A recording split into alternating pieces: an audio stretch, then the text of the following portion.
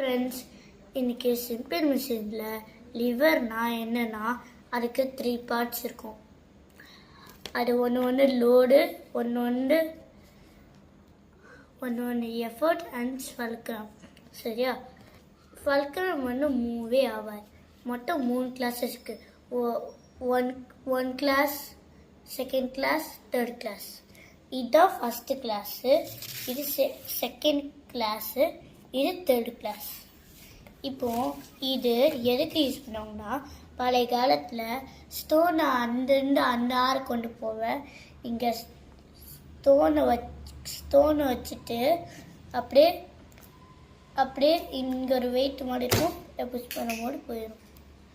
சரியா? இல்லை சென்டரில் இருக்குன்னா ஃபல்க்ரம். இது மூவே ஆகாது.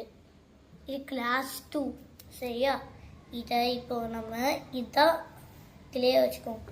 இதை கட் பண்ண யூஸ் பண்ணுவோம்.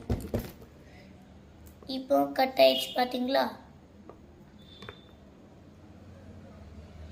இதுதான் செகண்ட், இதான் எஃபர்ட், இதான் ஃபல்க்ரம். சரியா? இது என்ன தெரியுமா?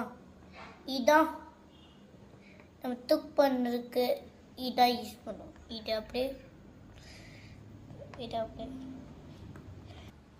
ஃபல்க்ரம். இதான் லோட். இது சிங் சாட்டு. இது சீசாவை பார்த்தீங்களா? இங்கே உட்காந்து இங்கே இது எதுக்குன்னா, ஒரு பொருளை வச்சுட்டு ஷார்ப்பாக இதான் ஷார்ப்பாக இருக்கும். அப்படியே வெட்டிடும்.